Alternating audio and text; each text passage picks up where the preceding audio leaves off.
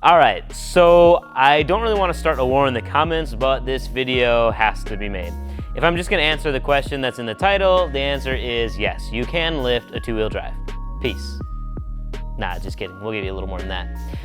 Basically, I get DMs on IG all the time, and we see people asking in the comments, is it worth lifting a two-wheel drive? Do they make lift kits for two-wheel drives? Why don't you guys ever show any two-wheel drive trucks on the channel? Can I buy a two-wheel drive lift kit for my four-wheel drive truck? I promise you, I'll never use the two-wheel or the four-wheel drive.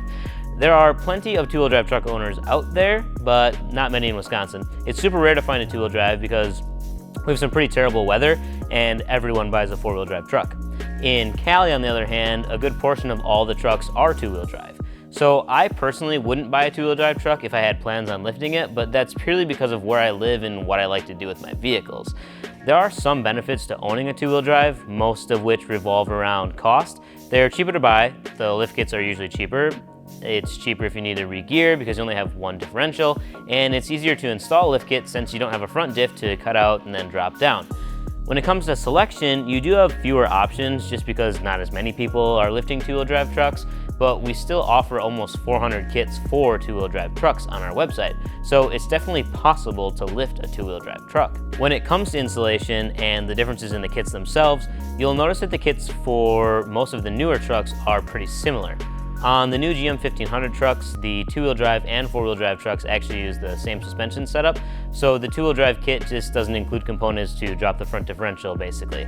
On the 99 to 06 GM 1500 trucks, the four-wheel drive trucks had torsion bars with keys, but the two-wheel drive trucks had a coil spring front suspension, so the kits are completely different.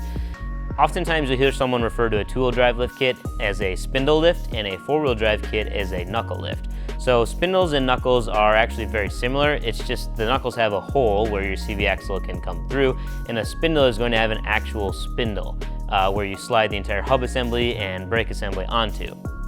So lift is achieved on a spindle by lowering the spindle itself, but that's only good for a few inches, so most large kits will also come with new springs.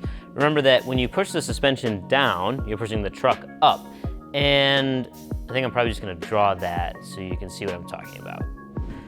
This is Fitment Industries board, and they're measuring wheels for their E30, but I don't think they need any of these numbers anymore, hopefully. Okay, so when I'm talking about spindles, what I mean is the actual front spindle on the truck and where they relocate the physical spindle itself, the little part that sticks out. So in simple form, it's basically like a big cast block, and then the OEM location of your spindle is going to be somewhere right in the center. And then essentially your brakes and your hub and everything mounts to that, and then your wheel is gonna mount dead center on that as well. And then if you have a aftermarket one that's gonna be a lift spindle, you have the same thing, and they don't actually look like big giant squares, but it's way easier to draw them this way. They're kind of super weird shapes because they're cast for the truck. So instead of having the spindle in the center, it's gonna be lower down here, which is kind of confusing because the lower the spindle, it's actually the higher your truck goes, because now your tire is mounted, say, down here.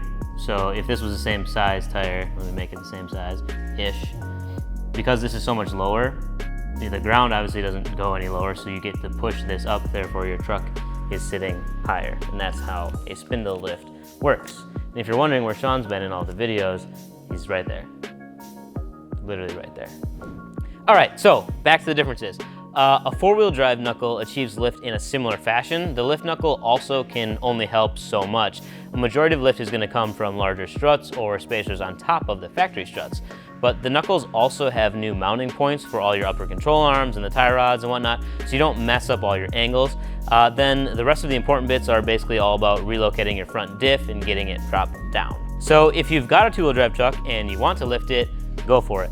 99% of the lifted four-wheel drive trucks won't be off-roaded either, so that really shouldn't be an argument used against you. If I had to build a two-wheel drive truck, I'd definitely go pre-runner style. Most of these professional pre-runner trucks are two-wheel drive actually, so you still can go off the pavement with a two-wheel drive just fine. By the way, if anyone wants to fly me out and go run through the desert in a pre-runner, hit me up. That's basically my dream. I think I can probably end it on that. Peace.